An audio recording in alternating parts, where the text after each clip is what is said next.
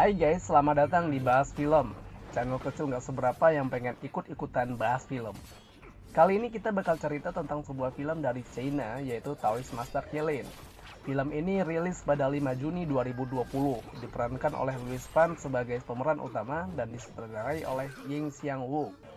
Bercerita tentang seorang master yang berniat dan ingin hidup abadi dengan cara menculik orang-orang untuk ditumbalkan. Yuk, jangan berlama-lama, langsung saja kita masuk ke pembahasan filmnya. Cerita berawal dari seorang guru yang dikenal dengan sebutan Master Zhang bersama muridnya Chang yang sedang berjalan di bawah kaki Gunung Yunjin. Mereka bertemu dengan seorang pengemis tua yang sebenarnya bukan orang sembarangan. Ternyata pengemis ini juga merupakan seorang master yang jago ilmu bela diri. Si pengemis mengingatkan Master Zhang dan muridnya untuk tidak melanjutkan perjalanan karena sangat berbahaya. Disinilah serangan pertama dimulai oleh seorang penyihir.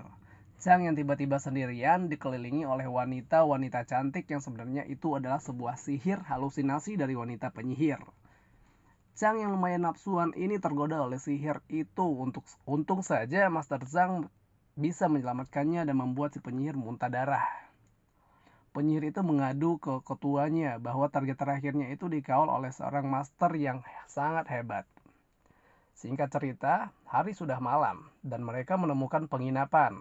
Sebelum tidur mereka diberi sedikit makanan yang mana makanan tersebut sudah diberi obat tidur oleh perempuan penjaga penginapan yang topeng. Setelah dikalahkan, wanita itu memperkenalkan diri, namanya adalah Hong Ying. Dia menceritakan bahwa dia mencuri bukan karena jahat, tapi terpaksa karena ingin membayar orang untuk mencari kakaknya yang juga diculik oleh penyihir itu. Untung saja Master Zhang bisa menyelamatkannya dan membuat si penyihir muntah darah. Penyihir itu mengadu ke ketuanya bahwa target terakhirnya itu dikawal oleh seorang master yang sangat hebat.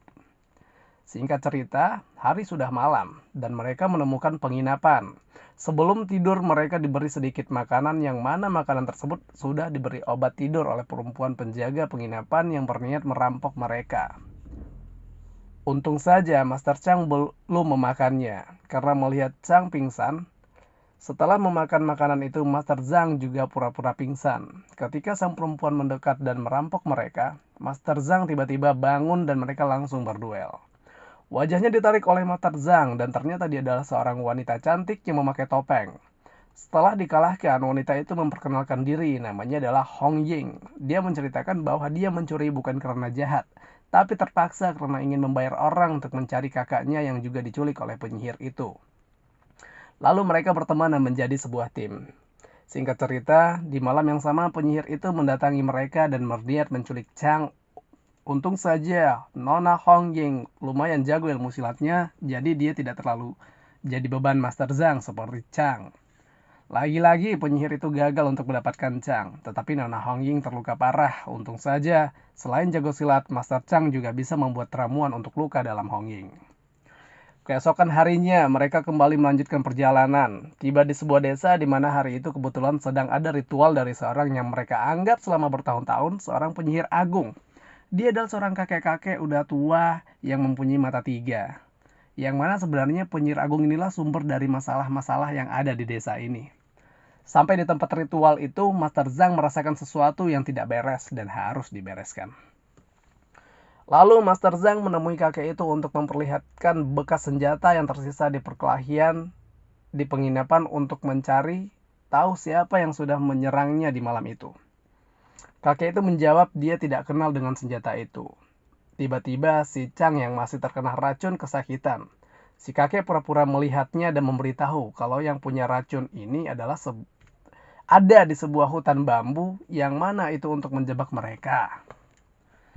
Singkat cerita, Master Zhang, Chang dan Hong Ying ke hutan bambu. Benar saja, kali ini mereka kalah dan Chang berhasil diculik. Master Zhang terluka dan harus diobati. Hong Ying yang pernah diobati Master Zhang ingin berbalas budi dan mencarikan obat herbal untuk Master Zhang. Di tengah mencari obat, tiba-tiba kakak Hong Ying yang sudah terkena racun halusinasi datang dan memberikan sebuah racun kepada Hong Ying untuk diberikan kepada Master Zhang supaya meninggoy. Di tengah menunggu obat, tiba-tiba pengemis tua itu datang. Benar saja, dia bukanlah orang sembarangan. Dia juga seorang master juniornya kakek bermata tiga, yang mana dia dikeluarkan dari sektenya karena difitnah membunuh masternya oleh kakek bermata tiga tersebut. Lalu pengemis itu menceritakan semuanya. Kakek itu bernama Guma. Dia adalah ancaman bagi desa ini. Singkat cerita, Master Zhang kembali dan siap diberi obat oleh Hong Ying.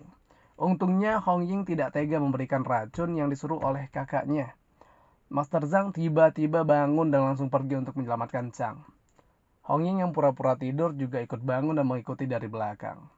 Di perjalanan kakaknya yang tahu kalau racun itu tidak diberikan Hong Ying kepada Master Chang, marah dan menyerang Hong Ying. Hong Ying terluka dan untungnya berhasil kabur.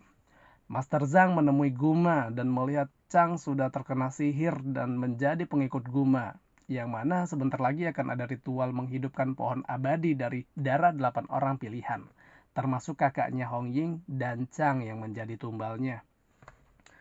Master Zhang yang mengikuti mereka tiba-tiba melihat seorang anak kecil terperangkap, lalu menyelamatkannya, yang ternyata sebenarnya itu adalah jebakan Guma untuk memfitnah Master Zhang, bahwa Master Zhang lah yang selama ini telah mencuri anak-anak di desa ini. Singkat cerita, semua penduduk desa mengejar Master Zhang. Master pun tertangkap dan diserahkan kepada Guma untuk dibakar. Emang jago nih si Guma fitnahnya. Ketika akan dibakar, seorang nenek-nenek memaksa dan memohon kepada Guma agar dia yang membakarnya, karena telah menculik dan membunuh cucunya. Bukan malah membakar, dan itu malah memotong ikatannya dan menyelamatkan Master Zhang. Ternyata itu adalah Hong Ying yang kembali menyamar menjadi seorang nenek-nenek. Tibalah di malam yang ditentukan untuk menghidupkan pohon abadi, yang mana 8 orang pilihan yang